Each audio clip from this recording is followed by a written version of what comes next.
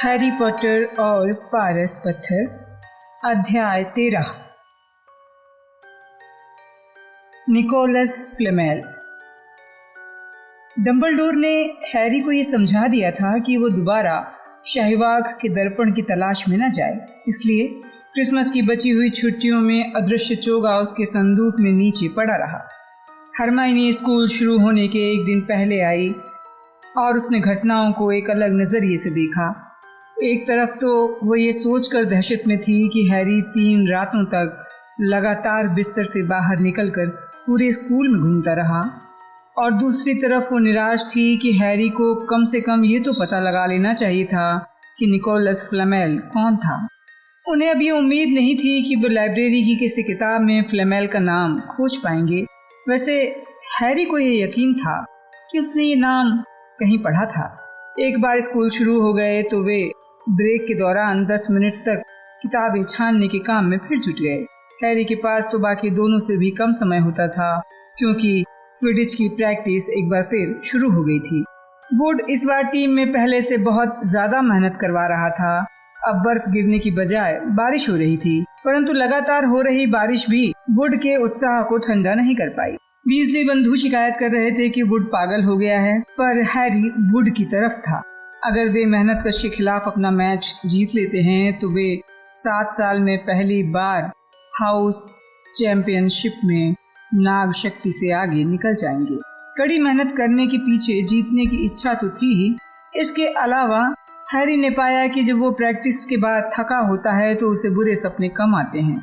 एक दिन जब मौसम बहुत ज्यादा गीला था, मैदान कीचड़ से भरा था, तो वीजली बंधु एक दूसरे पर गोता मार बमबारी कर रहे थे और झाड़ू से गिरने का नाटक कर रहे थे।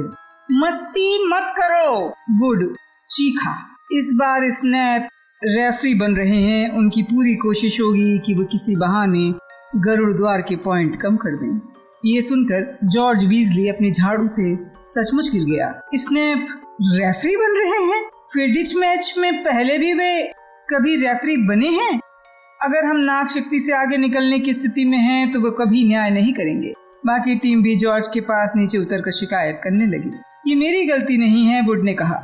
हमें तो इस बात का ध्यान रखना होगा कि खेल साफ सुथरा हो, ताकि स्नैप को कोई बहाना न मिले।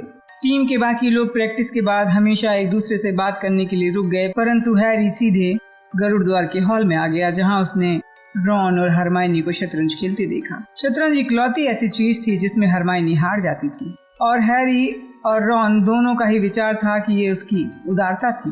जब हैरी उसकी बगल में बैठा तो रॉन ने कहा, जरा 1 मिनट रुको, मुझसे कुछ बोलना मत। तभी उसकी निगाह हैरी के चेहरे पे पड़ी। तुम्हें क्या हुआ? तुम्हारी हालत तो बहुत खराब दिख रही है। कोई और न सुन ले इसलिए उसने अपनी आवाज नीचे की। हैरी ने उन दोनों को बताया, स्नैप के मन में क्विडिच का रेफरी बनने की दुष्ट इच्छा अचानक जाग गई है। तो खेलने से मना कर दो, हरमाइनी ने तत्काल कहा। कह दो कि तुम बीमार हो, रॉन ने सलाह दी। अपनी टांग टूटने का नाटक करो, हरमाइनी ने कहा, या सचमुच अपनी टांग तोड़वा लो, रॉन ने फिर सुझाव दिया। मैं ऐसा नहीं कर सकता, हमारे पास कोई रिजर्व फौजी नहीं है। अगर मैं नहीं खेलूंगा तो गरुड़ द्वार खेल ही नहीं पाएगा। उसी पल नेविल गिरता पड़ता हॉल में आया। कोई भी नहीं समझ पाया कि किस तरह तस्वीर के छेद में से अंदर आने में कामयाब हुआ, क्योंकि उसके पैर बंधे हुए थे। वे समझ गए कि पैर बंधने वाले शाप की वजह से उसके पैर बंधे हैं। वो गरुड़ द्वार के हॉल तक सारे रास्ते कूदते हुए आया होगा। हरमाइनी को छोड़कर सब लोग हंसने लगे। हरमाइनी उछलकर खड़ी हुई। उसने शाप विरोधी मंत्र पढ़ा। नेविल के पैर खुलकर अलग हो गए। वो अपने पैरों पर खड़ा हो गया, हालांकि वो अभी भी कांप रहा था। क्या हुआ था? हरमाइनी ने उससे पूछा और हैरी और रॉन के पास ले जाकर बैठा दिया। मैलफॉय, वो मुझे लाइब्रेरी के बाहर मिला था। उसने कहा वो इसकी प्रैक्टिस करने के लिए किसी को ढूंढ रहा था, नेविल ने कांपते हुए कहा। प्रोफेसर मैकगोनागल के पास जाओ, हरमाइनी ने नेविल को सलाह दी। उसकी शिकायत करो। मैं अपने आप को और ज्यादा मुश्किल में नहीं डालना चाहता, नेविल ने अपना सिर हिलाया। तुम्हें उसका सामना करना पड़ेगा नेविल। उसे लोगों को अपने कदमों तले रौंदने की आदत पड़ चुकी है, परंतु ये कोई कारण नहीं कि तुम उसके सामने झुक जाओ। उसका काम आसान कर दो, रॉन ने कहा। मुझे ये बताने की जरूरत नहीं कि मुझ में गरुड़ द्वार में रहने लायक बहादुरी नहीं है। मैलफॉय ये काम पहले ही कर चुका है, नेविल ने रूंधे हुए गले से कहा। हैरी ने अपने दुशाले में जेब टटोली और चॉकलेट का एक मेढक निकाला। वह उस बक्से का आखिरी मेढक था जो हरमाइनी ने उसे क्रिसमस पर दिया था। उसने नेविल को दे दिया, जिसे देखकर लग रहा था कि वो बस रोने ही वाला है। तुम अकेले 12 मेलफॉय के बराबर हो। बोलती टोपी ने तुम्हें गरुड़द्वार भेजा है ना? और मेलफॉय कहाँ है? सड़े हुए नाक शक्ति में, हैरी ने कहा। मेढक का कवर हटाते हुए नेविल के होंठों पर एक हल्की सी मुस्कान आ गई। धन्यवाद हैरी, मुझे लगता है अब मुझे बिस्तर पर जाना चाहिए। क्या तुम्हें कार्ड चाहिए? तुम इकट्ठे करते हो ना? जब नेविल चला गया तो हैरी ने मशहूर जादूगर के कार्ड की तरफ देखा। एक बार फिर डंबलडोर। उसने कहा, पहली बार भी मुझे वहीं मिले थे। उसने अंदर की तरफ सांस खींची, पलट कर देखा।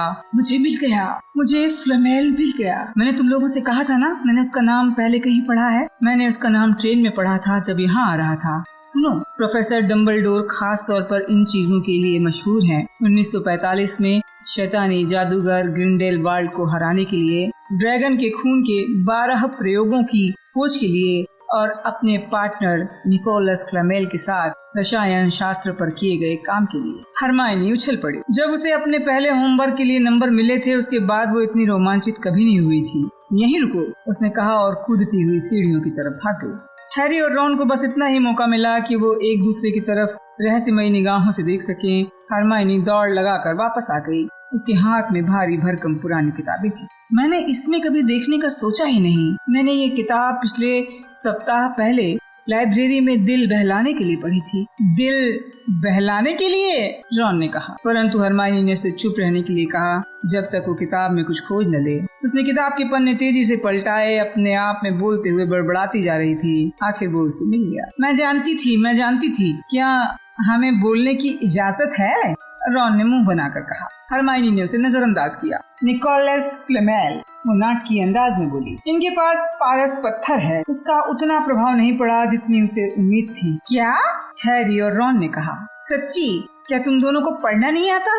देखो इसे और पढ़ो। उसने उन दोनों की तरफ किताब सरका दी और फिर हैरी और रॉन ने पढ़ा। रसायन शास्त्र के प्राचीन अध्ययन का संबंध पारस पत्थर बनाने से है, जो अद्भुत शक्तियों वाला एक पौराणिक पत्थर है। ये पत्थर किसी भी धातु को सोने में बदल देता है, आयु बढ़ाने वाला अमृत बनाता है, जिसे पीने वाला अमर हो जाता है। सदियों से पारस पत्थर के बारे में कई अफवाहें रही हैं, परंतु फिलहाल ऐसा पत्थर एक ही है और वो मिस्टर निकोलस फ्लेमेल के पास है, जो जाने माने रसायन शास्त्री और ओपेरा प्रेमी हैं। मिस्टर फ्लेमेल, जिन्होंने पिछले साल अपना 665वां जन्मदिन मनाया है, डेवॉन में अपनी पत्नी पेरेनिल, जिनकी उम्र 658 साल है, उनके साथ शांत जीवन बिता रहे हैं। देखा, कुत्ता फ्लेमेल के पारस पत्थर की रखवाली कर रहा है। मैं शर्त लगाती हूँ कि फ्लेमेल ने डंबलडोर को सुरक्षित रखने के लिए कहा होगा, क्योंकि वो दोनों दोस्त हैं और वो जानता है कि कोई पीछे पड़ा है, इसलिए वो पत्थर को ग्रीन गॉड से निकलवाना चाहता था। एक पत्थर जो सोना बनाता है और आपको मरने नहीं देता, हैरी ने कहा। कोई हैरानी नहीं कि स्नैप इसके पीछे पड़ा है। हर कोई चाहेगा कि ऐसा पत्थर उसके पास हो। और कोई हैरानी नहीं कि हमें फ्लेमेल का नाम जादूगरी के आधुनिक विकास का अध्ययन में नहीं मिला। अगर वो 665 साल के हैं तो उन्हें आधुनिक तो नहीं कह सकते, रॉन ने कहा। अगली सुबह हैरी और रॉन गुप्त कलाओं की रक्षा की क्लास में आदम भेड़िए के काटने के विभिन्न उपचार उतार रहे थे, परंतु अब भी यही चर्चा कर रहे थे, अगर उन्हें पारस पत्थर मिल जाए तो वो क्या करेंगे। रॉन ने कहा कि वो खुद की क्विडिच टीम खरीदेगा। तब जाकर हैरी को स्नैप और आने वाले मैच की याद आ गई। मैं खेलूंगा, उसने रॉन और हरमाइनी से कहा। अगर नहीं खेला तो नागशक्ति के लोग सोचेंगे मैं स्नैप का सामना करने से डर रहा हूँ। मैं उन्हें बता दूंगा कि अगर हम जीत जाते हैं तो उनके चेहरों से मुस्कान उड़ जाएगी, बशर्ते वो लोग तुम्हें पिच से ही ना उड़ा दें, हरमाइनी ने कहा। जैसे जैसे मैच का दिन करीब आता गया, हैरी की घबराहट बढ़ती रही। चाहे उसने रॉन और हरमाइनी को जो भी कहा हो, बाकी टीम भी बहुत शांत नहीं थी।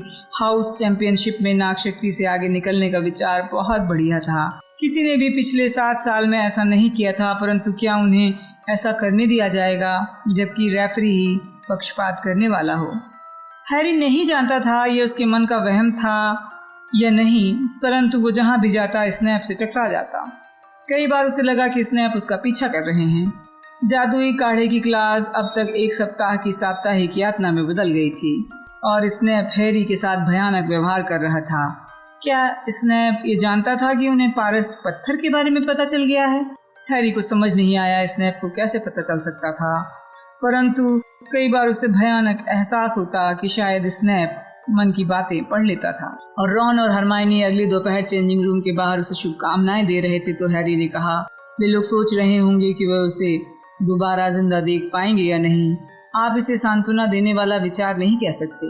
जब उसने अपनी क्विडिच की ड्रेस पहनी और निम्बस 2000 उठाई तो हैरी ने वुड के उत्साह बढ़ाने वाले भाषण का एक भी शब्द नहीं सुना। इस बीच रॉन और हरमाइनी स्टैंड्स में नेविल के पास बैठ गए, जिसे ये समझ में नहीं आ रहा था कि वो इतने गंभीर और चिंतित क्यों थे, या वे मैच में अपनी छड़ियां साथ क्यों लाए थे। हैरी को मालूम नहीं था कि रॉन और हरमाइनी छुपकर पैर बांधने वाले शाप की प्रैक्टिस कर रहे थे। यह विचार उन्हें मेलफॉय से मिला, जिसने नेविल पर इसका प्रयोग किया था। वे तैयार थे कि अगर स्नैप ने हैरी को चोट पहुंचाने की जरा भी कोशिश की तो वो स्नैप पर इसका प्रयोग करेंगे। भूलना मत, ये लोकोमोटर मॉर्टिस है, हरमाइनी बुदबुदाई जब रॉन ने अपनी छड़ी अपनी बाह में ऊपर की तरफ छुपाई। मैं जानता हूँ, बार बार मत बताओ, रॉन ने पलट कर जवाब दिया। चेंजिंग रूम में वुड हैरी को एक तरफ ले गया। मैं तुम पर दबाव नहीं डालना चाहता पॉटर, परंतु आज हमारे लिए सुनहरी गेंद को जल्दी पकड़ना जितना जरूरी है उतना पहले कभी नहीं था। इससे पहले कि स्नेप मेहनतकश को फायदा पहुंचाए, खेल खत्म कर दो। पूरा स्कूल यहाँ पर है, फ्रेड वीजली ने दरवाजे से बाहर झांकते हुए कहा। यहाँ तक कि कसम से डंबलडोर भी मैच देखने आए हैं, फ्रेड वीजली ने दरवाजे से बाहर झांकते हुए कहा। हैरी का दिल कुलांचे भरने लगा। डंबलडोर, उसने कहा और दरवाजे तक दौड़ गया ताकि अपनी आंखों से देख सके कि फ्रेड सच बोल रहा था। सफेद दाढ़ी पहचानने में किसी से गलती नहीं हो सकती थी। हैरी को इतनी राहत मिली कि उसका मन हुआ वो जोर से हंसे। अब वो सुरक्षित था। डंबलडोर अगर देख रहे थे तो स्नैप कोई ऐसी हरकत नहीं कर सकता था जिससे हैरी को चोट पहुंचे। शायद इसलिए जब टीमें पिच पर पहुंची तो स्नैप गुस्से में दिख रहा था और रॉन ने ताड़ लिया। मैंने स्नैप को इतना सड़ा मुंह बनाते नहीं देखा। देखो, खेल शुरू हो गया। आउच, उसने हरमाइनी से कहा। किसी ने रॉन के सिर के पीछे कुछ चुभाया था, वो मेलफॉय था। अरे सॉरी वीजली, तुम मुझे दिखे ही नहीं। मेलफॉय क्रैब और गोयल की तरफ देखकर दांत निकाल रहा था। सोच रहा हूँ इस बार पॉटर कितनी देर तक अपनी झाड़ू पर टिका रहेगा, कोई शर्त लगाना चाहता है? तुम लगाओगे वीजली? रॉन ने जवाब नहीं दिया। तुम्हें पता है गरुड़द्वार टीम में खिलाड़ियों को कैसे चुना जाता है? मेलफॉय ने कुछ मिनट बाद जोर से कहा। जब स्नैप ने मेहनतकश को बिना किसी कारण की एक पेनाल्टी दे दी। वे ऐसे विद्यार्थियों को चुनते हैं जिनके लिए उन्हें अफसोस होता है। देखो पॉटर, जिसके मम्मी डैडी नहीं हैं। फिर वीजली बंधु, जिनके पास पैसा नहीं है। तुम्हें भी टीम में होना चाहिए लॉन्ग बॉटम, तुम्हारे पास दिमाग नहीं है।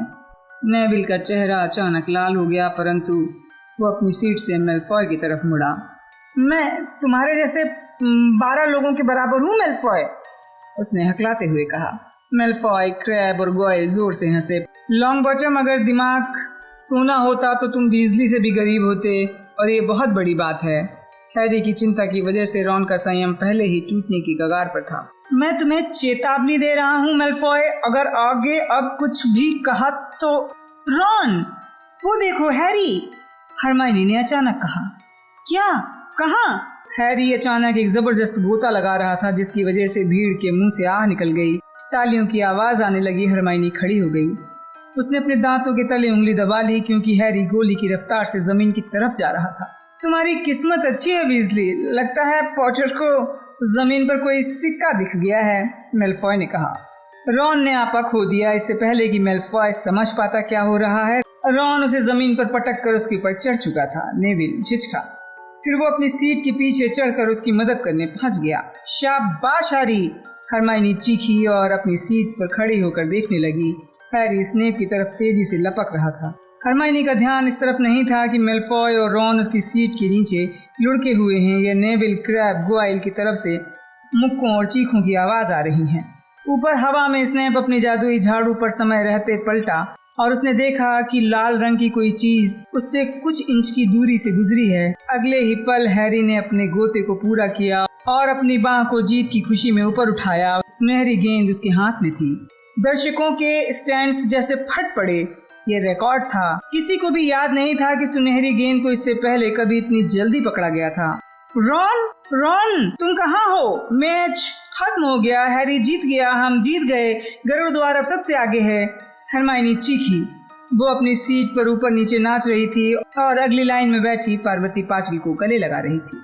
हैरी अपनी झाड़ू से जमीन से 1 फुट ऊपर से कूदा। उसे यकीन नहीं हो रहा था। उसने कर दिखाया। मैच खत्म हो गया था। मैच मुश्किल से 5 मिनट चला होगा। जब गरुड़ द्वार के विद्यार्थी पिच पर दौड़ते हुए आए तो उसने स्नेप को पास में उतरते हुए देखा, जिसका चेहरा सफेद पड़ गया था, होंठ भिजे हुए थे। फिर हैरी ने महसूस किया किसी ने उसके कंधे पर हाथ रखा है। उसने पलटकर डम्बलडोर के मुस्कुराते हुए चेहरे को देखा। शाबाश, डम्बलडोर इतने धीमे से बोले कि हैरी ही सुन सकता था। ये देखकर अच्छा लगा कि तुम उस दर्पण के बारे में चिंता नहीं कर रहे हो, अपने आप को व्यस्त रख रहे हो। बहुत अच्छे। इसने अपने कड़वाहट से जमीन पर थूका। हैरी कुछ समय बाद चेंजिंग रूम में अकेला चला गया, जिससे वो अपनी निम्बस 2000 को झाड़ू घर में वापस ले जाकर रख सके। उसे याद नहीं था कि पहले इतना वो कब खुश हुआ है। उसने सचमुच ऐसा कुछ कर दिखाया था जिस पर वो गर्व करता था। अब कोई नहीं कह सकता कि वो सिर्फ एक मशहूर नाम था। उसे शाम की हवा पहले कभी इतनी मीठी गंध से भरी नहीं लगी थी। वो गीली घास पर चला और उसने अपने मन में आखिरी घंटे की याद को ताज़ा किया, जो एक खुशनुमा फिल्म थी। गरुड़ द्वार के विद्यार्थी उसे अपने कंधों पर बिठाने के लिए भाग रहे थे। रॉन और हरमाइनी कूद रहे थे। रॉन की नाक से काफी खून बह रहा था, परंतु वो तालियां बजा रहा था। हैरी झाड़ू घर तक पहुंचा। वो लकड़ी के दरवाजे पर टिका। उसने हॉगवर्ट्स की तरफ देखा, जिसकी खिड़कियां डूबते सूरज की रोशनी में लाल दिख रही थी। अब गरुड़ द्वार सबसे आगे था। उसने ये कर दिखाया। एक नकाब पहनी हुई आकृति महल की अगली सीढ़ियों से तेजी से बाहर आई। जाहिर था वो ये नहीं चाहती थी कि कोई उसे देखे, इसलिए वो जितनी तेजी से हो सकता था अंधेरे जंगल की ओर बढ़ गई। ये देखते ही हैरी के मन में जीत की यादें धुंधली हो गईं। उसने उस आकृति की लंगड़ाती चाल को पहचान लिया। जब बाकी सब डिनर की तरफ थे तो उसने अब चोरी से जंगल क्यों जा रहा है? क्या हो गया है? हैरी अपनी निम्बस 2000 पर कूद कर बैठा और उड़ चला। महल के ऊपर चुपचाप उड़ते हुए उसने देखा कि स्नेप लगभग दौड़ते हुए जंगल में घुस गया। वह भी उसके पीछे चल दिया। पेड़ इतने घने थे कि उसे ये नहीं दिखा कि स्नेप कहाँ है। हैरी निश्चित दायरे में उड़ता रहा। फिर नीचे की तरफ से आवाज आई। वो बिना हलचल किए उतरकर एक बड़े पेड़ पर बैठ गया। सावधानी से उसकी डाल पर चढ़ा और अपनी जादुई झाड़ू कसकर पकड़े हुए था। वो पत्तियों के बीच से देखने की कोशिश कर रहा था। नीचे छायादार खुली जगह में स्नेप खड़ा था, परंतु अकेला नहीं था। क्विरेल वहां पर था। हैरी क्विरेल के चेहरे के भावों को तो नहीं देख सका, परंतु वो पहले से भी बुरी तरह से हकला रहा था। हैरी ने ये सुनने के लिए सारी शक्ति लगा दी कि उनमें क्या बात हो रही थी। नहीं जानता कि आप मुझसे यहाँ क्यों मिलना चाहते हैं सेवेरस। मैंने सोचा कि हमारा छुपकर मिलना बेहतर होगा। विद्यार्थियों को पारस पत्थर के बारे में नहीं मालूम होना चाहिए, है ना? हैरी आगे झुका। क्विरेल बुदबुदा रहा था। इसने अपने उसे बीच में टोका। क्या तुम्हें पता चल गया है हैग्रिड के कुत्ते को कैसे पार करना है? परंतु सेवेरस, मैं तुम मुझे अपना दुश्मन नहीं बनाना चाहोगे क्विरेल, स्नेप ने कहा और उसकी तरफ कदम बढ़ाया। मैं नहीं जानता कि आपका क्या। तुम बहुत अच्छी तरह जानते हो मेरा क्या मतलब है। ठीक है, हम फिर जल्दी ही मिलेंगे। अब तुम अच्छी तरह से सोच विचार कर लेना, ये फैसला करना कि तुम्हारी वफादारी किसके साथ है। उसने अपने चोगे को सिर पर डाला और वहां से चल दिया। अंधेरा लगभग पूरी तरह से हो चुका था, परंतु हैरी देख रहा था कि क्विरेल अब भी चुपचाप खड़ा था, जैसे पत्थर की मूर्ति हो। हैरी, तुम कहाँ थे? हरमाइनी चीखी। हम जीत गए, तुम जीत गए, हम जीत गए, रॉन चिल्लाया और उसने हैरी की पीठ ठूंकी। और मैंने मेलफॉय की आंखें काली कर दी हैं। नेविल ने क्रैब और गोयल को अकेले ही निपटने की कोशिश की है। वो अब भी ठंडा है, पर मैडम पॉम्फ्री का कहना है कि वो बिल्कुल ठीक हो जाएगा। नाग शक्ति को मजा चखाने में क्या कसर रह गई है? हॉल में सब तुम्हारा इंतजार कर रहे हैं। हम पार्टी कर रहे हैं। फ्रेड और जॉर्ज किचन से कुछ केक और बाकी सामान चुरा लाए हैं। उस सबको भी रहने दो। चलो हम किसी खाली कमरे में चलते हैं। पहले मेरी बात सुनो, हैरी ने हाँफते हुए कहा। हैरी ने पहले पक्का किया कमरे के अंदर पीव्स तो नहीं। उसने दरवाजा बंद किया। इसके बाद हैरी ने उन्हें बताया जो उसने देखा था। तो हम सही थे, वो पारस पत्थर ही है और स्नैप क्विरिल को मजबूर कर रहा है कि वो उसे हासिल करने में उसकी मदद करे। उसने पूछा था कि क्या वो जानता है कि फ्लपी को कैसे पार किया जाए, और उसने क्विरिल के तंत्र मंत्र के बारे में भी कुछ कहा था। मुझे लगता है कि वो फ्लपी के अलावा बहुत सारी चीज़ें पत्थर की रखवाली कर रही हैं। शायद क्विरिल ने भी गुप्त कलाओं से रक्षा के लिए कुछ जादू किया होगा जिसे स्नैप को तोड़ना होगा। हरमाइनी ने आतंकित होकर पूछा, तो तुम्हारा क्या मतलब है? पत्थर तभी तक सुरक्षित है जब तक क्विरिल स्नैप के सामने घुटने नहीं टेक देता। तब तो ये अगले मंगलवार तक चला जाएगा, रॉन ने कहा। आज के अंक में इतना ही।